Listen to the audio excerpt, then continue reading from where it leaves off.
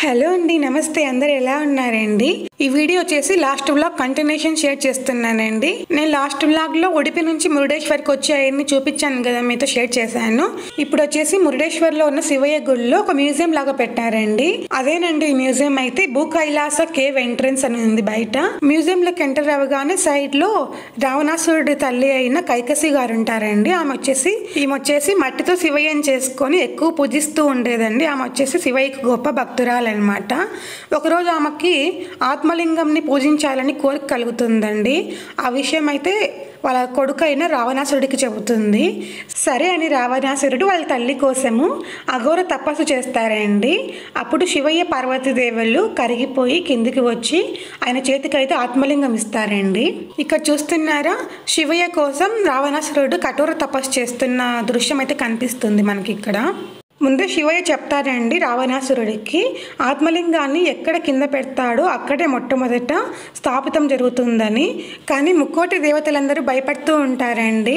ఆత్మలింగం అనేది ఒకసారి లంకలో స్థాపితం జరిగిందంటే లోకంలో విపరీతాలు జరుగుతాయని భయపడుతూ ఉంటారు. అప్పుడు దేవతలందరూ కలిసి మహావిష్ణువునైతే వేడుకుంటారండి దీన్ని ఎలాగోలా ఆపమని. ఇక్కడ చూస్తున్నారా, రావణాసురుడు తపస్సు చేసినప్పుడు శివయ్య సరిగా పలకలేదని మొత్తం కైలాసాన్ని ఎత్తేస్తాడండి. అప్పుడు శివపార్వతులు అయితే రావణాసురుడికి దర్శనం ఇస్తారండి. మహావిష్ణువు మాయతో రావణాసురుడు ఏం వరం కావాలో కోరుకోవడం మర్చిపోయి ఉంటారండి. అప్పుడు పార్వతీదేవిని కావాలని చెప్తాడనమాట రావణాసురుడు అయితే. అప్పుడు పార్వతీదేవిని అయితే రావణాసురుడు తీసుకొని వెళ్తూ ఉంటాడండి. దారి మధ్యలో రావణాసురుడికి నారదుడు కనిపించి, నువ్వు ఎవరిని తీసుకెళ్తున్నా ఒకసారి వెనకకు తిరిగి చూడు అని చెప్తాడు. వెనకలు తిరిగి చూస్తే కాళికామాత ఉంటుంది. నువ్వు కావాలనుకున్న పార్వతీదేవి అయితే కింద పాతాళంలో ఉంటుంది, అక్కడికి వెళ్ళి చూడు, అక్కడ పార్వతీదేవి ఉంటుందని చెప్తాడు నారదుడు. అక్కడికి వెళ్ళి మండోదరిని పెళ్లి చేసుకుంటాడు. పాతాళంలో పార్వతీదేవి అనుకొని మండోదరిని పెళ్లి చేసుకొని లంకకు వచ్చేస్తాడనమాట. వాళ్ళమ్మ చూసి ఆశ్చర్యపోయి, ఏంది రావణ నువ్వు చేసింది? నేను చెప్పింది ఏంది? ఆత్మలింగం తీసుకురామని, నువ్వు వెళ్ళి పెళ్లి చేసుకొని వస్తావా అని చెప్పి ఆశ్చర్యపోతుంది. రావణాసురుడికి వాళ్ళమ్మ చెప్పేసరికి గతమంతా గుర్తొస్తుంది. మళ్ళీ వెళ్ళి కఠోర తపస్సు చేస్తారు శివయ్య కోసం, ఆత్మలింగం కోసము. ఎన్ని రోజుల నుంచి తపస్సు చేస్తున్నప్పటికీ శివయ్య రాకపోయేసరికి రావణాసురుడు అయితే ఆయన తల ఒక్కొక్క తల నరుక్కుంటూ ఉంటాడు. అప్పుడు శివయ్య ప్రత్యక్షమయ్యి రావణుడికి ఆత్మలింగాన్ని ఇస్తాడనమాట. అప్పుడు ఒకసారి ఆత్మలింగం చేతికి వచ్చాక కింద పెట్టకూడదని చెప్తారు కదా శివయ్య, లంకలో మాత్రమే ప్రతిష్టాపన చేయాలనుకుంటాడు రావణాసురుడు. నారదుడు ఈ విషయంలో భయపడుతూ వినాయకుడి దగ్గరికి వచ్చి ఆ విషయం అంతా చెప్తాడనమాట. ఎలాగైనా రావణుడి చేతుల్లో ఉంచి ఆత్మలింగాన్ని వెనకలు తీసుకొని రా అని చెప్తాడు. అప్పుడు మహావిష్ణువు అయితే తన మాయతో పగలే సూర్యాస్తమం అయ్యేటట్లు చేస్తాడనమాట. అప్పుడు రావణాసురుడు సంధ్యావందనం చేసుకోవాలని ఆత్మలింగాన్ని ఎవరికి ఇవ్వాలా అని చూస్తూ ఉంటాడు. అప్పుడే వినాయకుడు ఒక పశువుల కాపరిగా చిన్నపిల్లాడి రూపంలో వస్తాడనమాట. అప్పుడు ఆత్మలింగాన్ని రావణాసురుడు ఆ వినాయకుడికి ఇస్తాడు. నువ్వైతే కింద పెట్టద్దు, నేను సంధ్యావందనం చేసుకొని వస్తానని చెప్తాడు.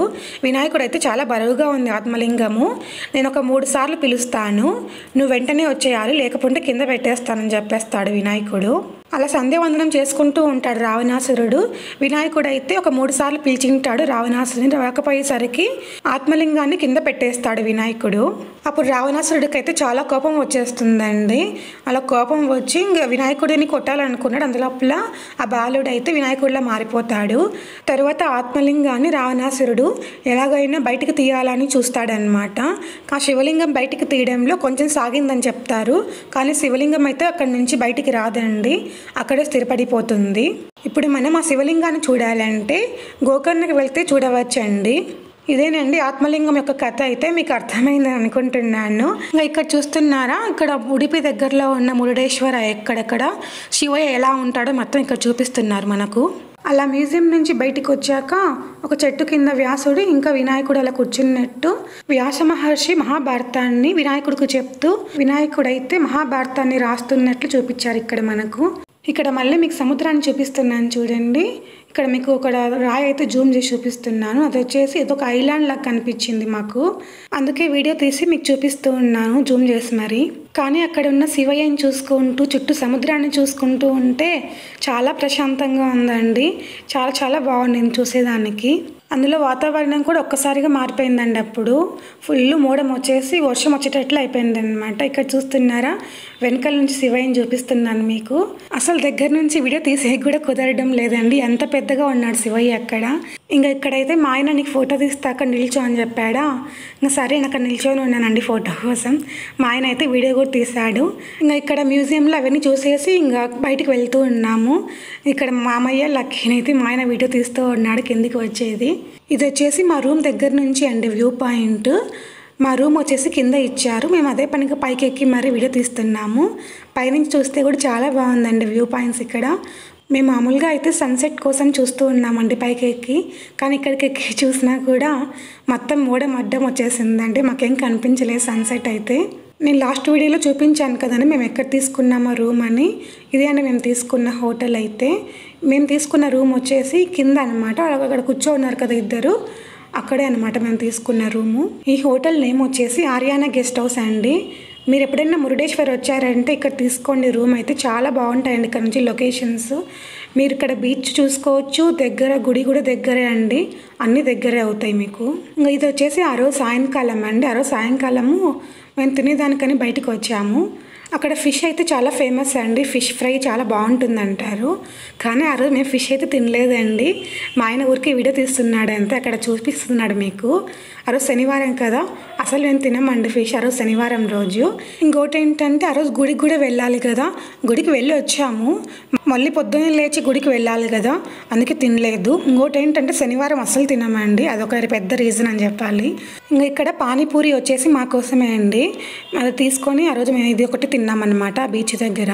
ఇంకా చాలా వెరైటీసే ఉన్నాయండి అక్కడ అమ్ముతున్నారు, పానీపూరి ఒకటే కాదు, ఇంకా గోబీ అలాంటివి కూడా ఉన్నాయి. గోబీ, పానీపూరి, ఫిష్ ఫ్రై అలాంటివి అన్నీ ఉన్నాయి. మేమైతే ఏం తీసుకోలేదు, ఓన్లీ పానీపూరి మాత్రమే తీసుకున్నాము. ఇక్కడ చూడండి, ఇది వచ్చేసి రాత్రిపూట తీసిన వీడియో అండి. రాత్రిపూట కూడా శివయ్యని చూస్తే చాలా మెరిసిపోతున్నట్లు కనిపిస్తున్నాడు కదా, చాలా బాగా అనిపించిందండి అలా చూస్తూ ఉంటే. ఇలాంటివి చూసినప్పుడు మనం ఒకటి చూడకూడదు, మీతో కూడా షేర్ చేయాలి కదా, అందుకే వీడియో తీసి మీతో షేర్ చేస్తున్నాను. మేము మామూలుగా అయితే తినేదానికి బయటకు వెళ్ళామని చెప్పాను కదా, అక్కడ పానీపూరి తిన్నాము. ఆ తర్వాత పక్కన ఏదో హోటల్ నిందండి, అక్కడికి వెళ్ళి దోశ, ఇడ్లీ, పూరి అలాంటివి తినేసి వచ్చాం బయటకు వెళ్ళి. ఇది వచ్చేసి పొద్దున్నే అంటే 6 గంటలకే అనమాట. మామూలుగా బీచ్ దగ్గర చాలా స్ట్రిక్ట్గా ఉందని చెప్పాను కదా, ఆ టైంలో అయితే పోలీస్ వాళ్ళు ఎవరు ఉండరని చెప్పారు, అందుకే మేమైతే లేస్తూనే బీచ్ కాడికి వచ్చేసామండి. ఇక్కడైతే పొద్దున్నే అయినా కూడా కొంతమంది అయితే వాకింగ్ చేసుకుంటూ ఉన్నారు, కొంతమంది నీళ్ళతో ఆడుకుంటూ ఉన్నారు. అంటే చాలామంది చాలా దూరం నుంచి వచ్చి ఉంటారు కదండి, వేరే వేరే ప్లేస్ నుంచి వచ్చి ఉంటారు ఈ ప్లేస్ చూసేదానికి, అందుకే చాలా స్ట్రిక్ట్గా ఉంది కదా ఆ టైంలో, అందుకే అందరు పొద్దున్నే లేచి ఇలా వచ్చారనమాట మాతో పాటే. మేమే పొద్దున్నే అనుకుంటే అందరూ చాలామంది పొద్దున్నే వచ్చారు ఇక్కడ. నేను లాస్ట్ వ్లాగ్లో చెప్పాను కదండి, చాలా స్ట్రిక్ట్గా ఉంది ఇక్కడ, బీచ్లోకి అలో చేయడం లేదు, పోలీస్ వాళ్ళు ఉన్నారు ఫుల్గా. ఎందుకంటే తుఫాను హెచ్చరిక జరిగిందంట, అందుకే లోపలికి అలో చేయడం లేదని చెప్పాను కదా లాస్ట్ వీడియోలో. అందుకే అండి మేము కూడా ఇలా పొద్దున్నే రావాల్సి వచ్చింది బీచ్ దగ్గరికి. ఇలా పొద్దున్నే సముద్రం దగ్గరికి వచ్చి ఆ అలల సౌండ్ వింటూ ఉంటే చాలా బాగుందండి, చాలా హ్యాపీగా అనిపించింది మాకైతే. ఇంకా మా లక్కీ, మా ఆయన, నేను బాగా ఎంజాయ్ చేసుకున్నాం ఇక్కడ. ఇంకా మా లక్కీ అయితే చెప్పనక్కర్లేదండి, ఇక్కడికి వచ్చినప్పటి నుంచి, మురుడేశ్వర్లో వచ్చినప్పటి నుంచి ఎప్పుడెప్పుడు నీళ్ళతో ఆడుకోవాలా అని వెయిట్ చేస్తూ ఉన్నాడు. వాళ్ళేమో అలో చేయడం లేదు లోపలికి. ఇలా ఛాన్స్ దొరికిన వెంటనే ఇంకా ఫుల్ ఆడుతున్నాడు. మా లక్కీ అయితే ఫుల్ హ్యాపీ అనమాట. ఇక్కడైతే వంటలు కూడా ఉన్నాయండి, అక్కడ ఉడిపిలో ఉన్నట్లే ఇక్కడ కూడా వంటలు ఉన్నాయి, పొద్దున్నే కూడా వంటలు వచ్చాయన్నమాట. వాళ్ళైతే డబ్బులకి తిప్పుతారు మనం డబ్బులు ఇచ్చామంటే. మేము చూసిన ఉడిపిలో ఉన్న సముద్రం దగ్గర ఉన్న ఇసుకకి ఇంకా ఇక్కడ మురుడేశ్వర్లో ఉన్న ఇసుకకి చాలా డిఫరెన్స్ ఉందండి. అక్కడ వైట్ శాండ్ ఉంటుంది, ఇక్కడ కొంచెం కలర్ చేంజ్ అయి ఉందన్నమాట, చాలా డిఫరెన్స్ ఉంది అక్కడికి ఇక్కడికి. మురుడేశ్వర్లో అయినా ఉడిపిలో అయినా సముద్రం దగ్గర ఎప్పుడు ఇలానే స్ట్రిక్ట్గా ఉంటుందా అంటే ఎప్పుడు ఇలానే ఉండదండి, ఓన్లీ వర్షాకాలంలో మాత్రమే ఇలా స్ట్రిక్ట్గా ఉంటుందంట అండి, మిగతా రోజుల్లో చాలా బాగుంటుందండి ఇక్కడ. ఎప్పుడంటే కరెక్ట్ టైం ఈ ప్లేస్ విజిట్ చేయడానికి నవంబర్ నుంచి ఫిబ్రవరి మధ్యలో అండి, ఆ టైంలో అయితే మీరు ఫుల్గా ఎంజాయ్ చేయొచ్చు ఇక్కడికి వచ్చి. ఇక్కడే కాదు, ఈ బీచ్ ఒకటే కాదు, ఏ బీచ్ అయినా సరే మన ఇండియాలో అయినా ఎక్కడైనా సరే నవంబర్ నుంచి ఫిబ్రవరి మధ్యలో చాలా బాగుంటుందండి ఏ బీచ్లో అయినా.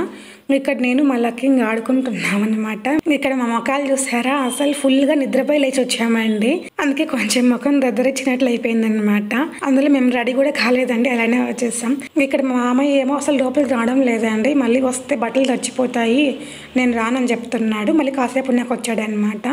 ఇక్కడ చూడండి మళ్ళీ మోడం వచ్చేస్తుంది, ఎప్పుడెప్పుడు వర్షం పడుతుందా అన్నట్లుందనమాట.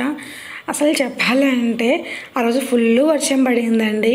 మాకైతే చాలా భయం వేసిందండి. ఎందుకంటే మేము బుక్ చేసుకున్న ట్రైన్ ఉంది కదా, అది ఏమైనా క్యాన్సిల్ అవుతుందేమో ఈ వర్షానికి అని అనుకుంటూ ఉన్నామా. కానీ ఆ వర్షం ఆ దేవుని దయ వల్ల కాసేపటికైతే ఆగిపోయిందండి. కరెక్ట్గా ఒక 2-3 గంటలు పడింటుందండి వరుసగా వర్షం, చాలా బాగా పడింది. ఆ భారీ వర్షానికి అందుకే చాలా భయపడినామన్నమాట. కానీ ఎట్లనో అయితే ఆగిపోయిందండి. ఇక్కడ చూడండి నేను మా లక్కీ ఎక్కడికో వెళ్ళిపోతున్నాము.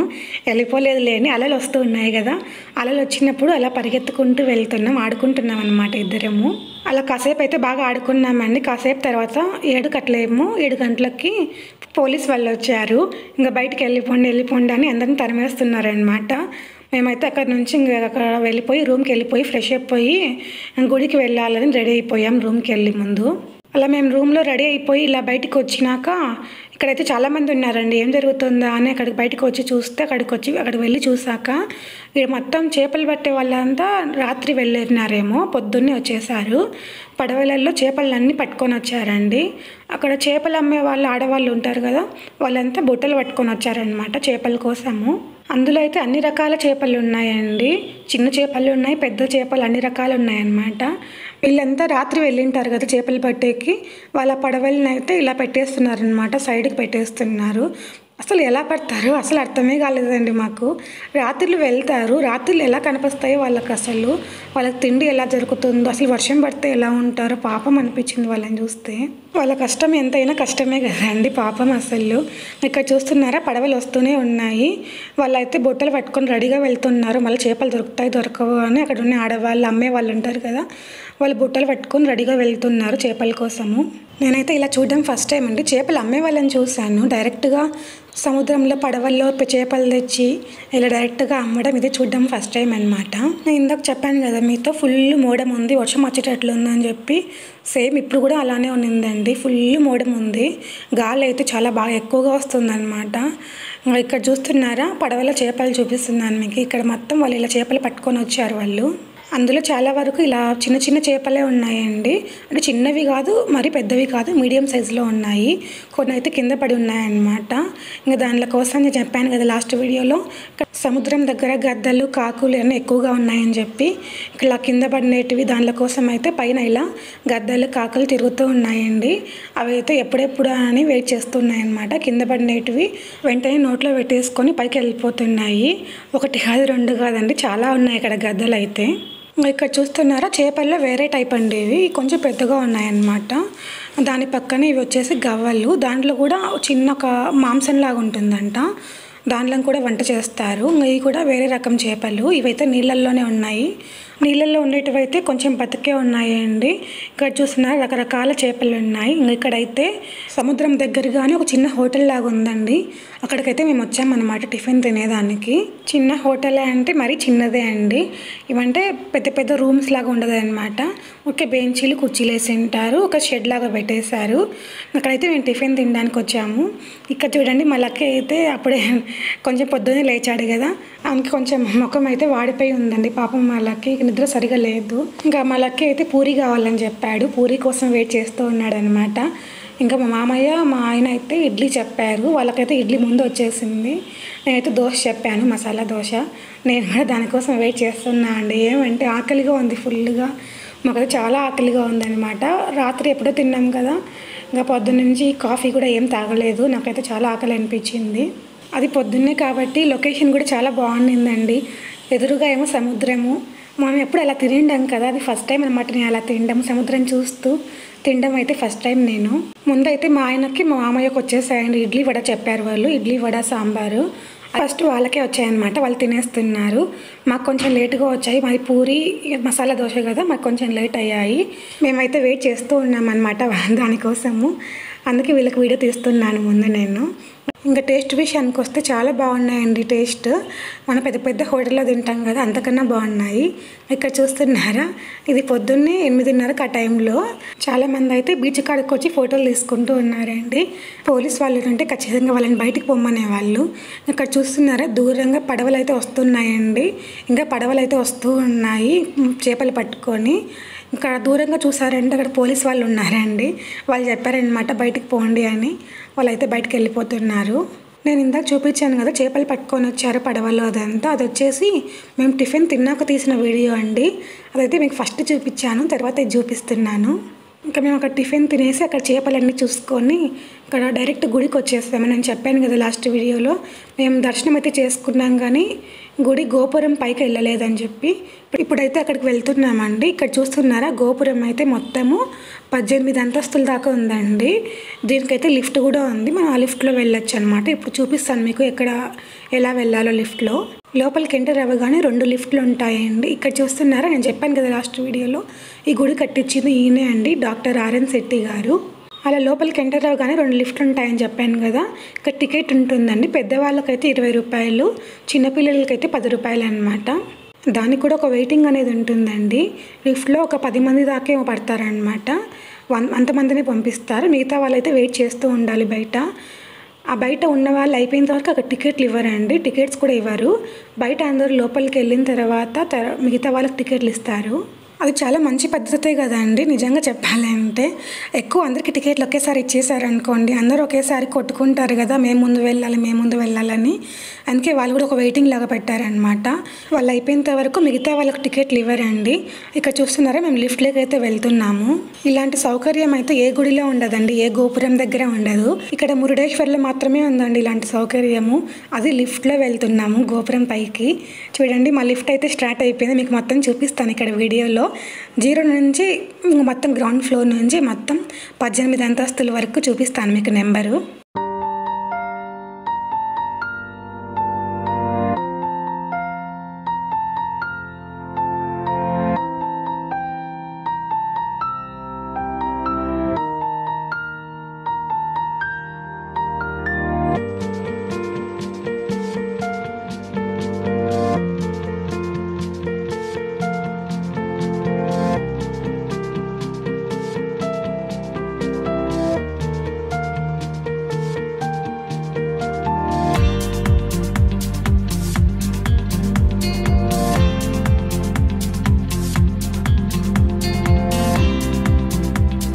ఇక్కడ చూస్తున్నారా, మేమైతే 18 అంతస్తుల గోపురం పైకి వచ్చేసామండి.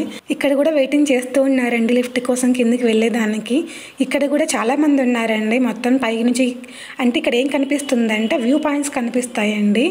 పై నుంచి మనం చూసామంటే మురుడేశ్వర్ మొత్తం కనిపిస్తుంది, సముద్రం కనిపిస్తుంది, ఇంకా శివయ్య కూడా కనిపిస్తాడు, పెద్ద శివయ్య.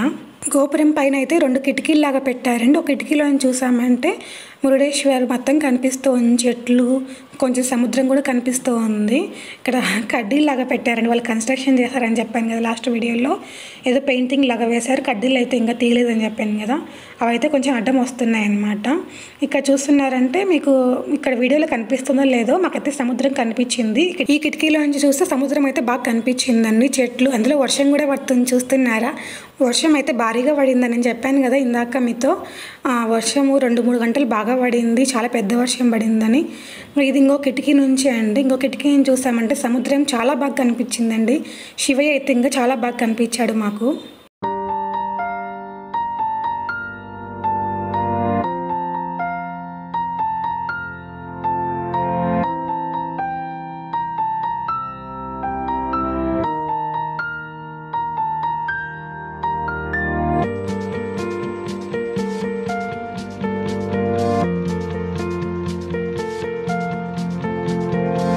గోపురం దగ్గర అవన్నీ చూసేసి భారీగా వర్షం పడిందంటే నేను రూమ్కి వచ్చేదానికి కూడా కుదరలేదనమాట. ఇంకా ఆటోలో వచ్చేసాం రూమ్కి కూడా మేము. ఇక్కడ చూస్తున్నారా, మేమైతే రూమ్ దగ్గరికే బిర్యానీ అవన్నీ ఆర్డర్ పెట్టుకున్నామండి. నేను చెప్పాను కదా ఇక్కడ ఫిష్ ఫ్రై బాగుంటుందని చెప్పి. ఆ రోజు అందులో ఆదివారం కదా, మేము ఎలాగో వెళ్ళిపోతున్నాం బెంగళూరుకి అని చెప్పి మా ఆయన అయితే ఇలా రూమ్కి ఆర్డర్ పెట్టాడనమాట. ఫిష్ ఫ్రై బాగుందని చెప్పానండి, అంత బాగలేదని చెప్పాను. పర్వాలేదు, బాగానే ఉంది. మా ఆయన అయితే నాన్ వెజ్ తినడు కాబట్టి మా ఆయన ఎగ్ బిర్యానీ పెట్టుకున్నారండి. నాకు మా అమ్మయ్య కోసం చికెన్ బిర్యానీ పెట్టాడు. మా లక్కీ అయితే ఇంకా ట్రైన్లో ఫుడ్ ఎలా ఉంటుందా అని చెప్పి ఇంకా నైట్ తినేదానికి ఇంకా చపాతీలు ఆర్డర్ పెట్టుకున్నాం అనమాట ట్రైన్లోకి అని చెప్పి. ఇంకా మా లక్కీ బిర్యానీ తినలేదు. మా లక్కీ ఎక్కడే తిన్నాడు, ఒక చపాతీ తినేసాడు రూమ్లోనే. మామూలుగా అయితే మాకు వేరే ప్లాన్ ఉండిందండి. ఏమంటే ఈ వర్షం పడకుండా ఉండింటే అక్కడ సముద్రం దగ్గర చేపలు ఫ్రై చేస్తూ ఉన్నారు కదా, అక్కడికి వెళ్ళి తినేసి అక్కడే ఫుడ్ తినేసి మళ్ళీ స్టేషన్కి వచ్చేద్దాం, రూమ్కి వెళ్ళి స్టేషన్కి వచ్చేద్దాం అనుకున్నాము. కానీ భారీ వర్షం పడింది కదా, అందుకే మేమైతే రూమ్కే తెప్పించుకొని తినాల్సి వచ్చింది. మాకు రూమ్ వెకేట్ చేసే టైం వచ్చేసి మధ్యాహ్నం 12 గంటలకండి. అప్పటికే టైం అయితే అయిపోయిందనమాట. మేము ఇంకా ఆటో కోసం వెయిట్ చేస్తూ ఉన్నాం. మా ఫుడ్ అయితే వచ్చేసింది. సరే ఫుడ్ వచ్చింది కదా స్టేషన్కి వెళ్ళి తిందాంలే అనుకున్నామా, కానీ అక్కడ హోటల్ వాళ్ళు వచ్చేసి రూమ్లోకి వెళ్ళి తినండి సార్, టైం ఉంది కదా మీకు ఇంకా అని చెప్పారు. మేము వెకేట్ చేసిన రూమ్లోకి వెళ్ళి మళ్ళీ తినేసి ఇంకా స్టార్ట్ అయిపోయాము స్టేషన్కి. ఇంకా మా ట్రైన్ అయితే వచ్చేసిందండి. మా మొక్కలు చూసారా ఎలా వాడిపోయాయో, ఓ పక్క ఎండ ఓ పక్క వర్షం, అసలు మా మొక్కలు అయితే వాడిపోయాయండి ఫుల్గా. మా లక్కీ అయితే ఇంకా ఫుల్ టైర్డ్ అయిపోయాడు.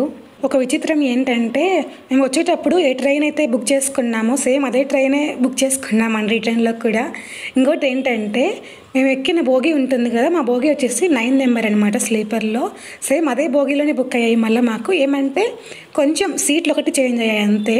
ఇంక అక్కడైతే మేము ట్రైన్ ఎక్కగానే వర్షం పడింది కదండి ఫుల్గా, ట్రైన్లో కూడా నీళ్ళు వచ్చేసాయండి. అసలు కిటికీలు ఓపెన్లో పెట్టారనుకుంటా, ట్రైన్లో అయితే ఫుల్ నీళ్ళు వచ్చేసాయి. ఇంకా సీట్లు కొంచెం మేమైతే తుడుచుకొని కూర్చున్నాము, కొన్ని సీట్ల నీళ్ళు అలానే ఉన్నాయి. ఇంకా మురుడేశ్వర్లో అయితే ట్రైన్ కదిలేదానికి టైం పట్టిందండి. ఏమంటే ఫస్ట్ స్టాప్ అదే అనమాట, మురుడేశ్వర్లోనే ట్రైన్ స్టార్ట్ అయ్యేది. ఇంకా అక్కడ ఏమైందంటే వాళ్ళు క్లీన్ చేసే వాళ్ళు ఉంటారు కదా ట్రైన్లో అంతా, ఫస్ట్ అక్కడైతే క్లీన్ చేసేసారు మొత్తము. అక్కడ నుంచి మురుడేశ్వర్లో 2:30కేమో స్టార్ట్ అయింది ట్రైను. ఇంకా మా ఫుడ్ విషయానికి వస్తే మేము ఆర్డర్ పెట్టుకున్నాం రూమ్లోనే చెప్పాను కదా చపాతీలు నైట్కి. ఆ చపాతీలు అయితే మాకు సరిపోవు అనమాట, చాలా తక్కువ ఉన్నాయండి. ఇప్పుడు ట్రైన్లో ఒక యాప్ ఉందండి, మనం ఫుడ్ ట్రైన్లోనే ఆర్డర్ పెట్టుకోవచ్చు కావాలంటే. మా ఆయన అయితే ఇంకా ట్రైన్లోనే ఆర్డర్ పెట్టాడు ఫుడ్, చపాతీలు ఏదో కర్రీ ఆర్డర్ పెట్టారు. ఆ ఫుడ్ వచ్చి మంగళూరు స్టేషన్లో మాకు ఇచ్చారండి. మంగళూరు స్టేషన్లో చాలాసేపు ఆపుతారనమాట ట్రైను, అంటే వీళ్ళు బాత్రూమ్స్కి అంతా వాటర్ పట్టాలి కదా అక్కడ, అందుకే అక్కడ ట్రైన్ అయితే చాలాసేపు ఆపుతారు. అక్కడ మాకు ఫుడ్ అయితే అక్కడే ఇచ్చారనమాట. మేము మురుడేశ్వర్లో ఎక్కినప్పుడు అయితే అసలు ఎవరు లేరండి ట్రైన్లో, అసలు ట్రైన్ అంతా ఖాళీగా ఉండింది. ఇంకా పోను ట్రైన్ అయితే ఫుల్ అయిందనమాట. మేము ఆ రోజు 2:30కు ట్రైన్ ఎక్కితే మార్నింగ్ 7-7:30కి అంతా బెంగళూరులో దిగేసామండి. నేను పెట్టిన వ్లాగ్స్ అన్నీ మీకు నచ్చాయి అనుకుంటున్నాను, టూర్ వ్లాగ్స్. మీకు నచ్చినట్లయితే ప్లీజ్ లైక్ చేయండి, షేర్ చేయండి, సబ్స్క్రైబ్ చేసుకోండి. మీరు ఎవరైనా చూడకుంటే ప్లీజ్ ఒకసారి వెళ్ళి చూడండి. బాయ్ అండి, మళ్ళీ ఇంకో వీడియోతో కలుద్దాం.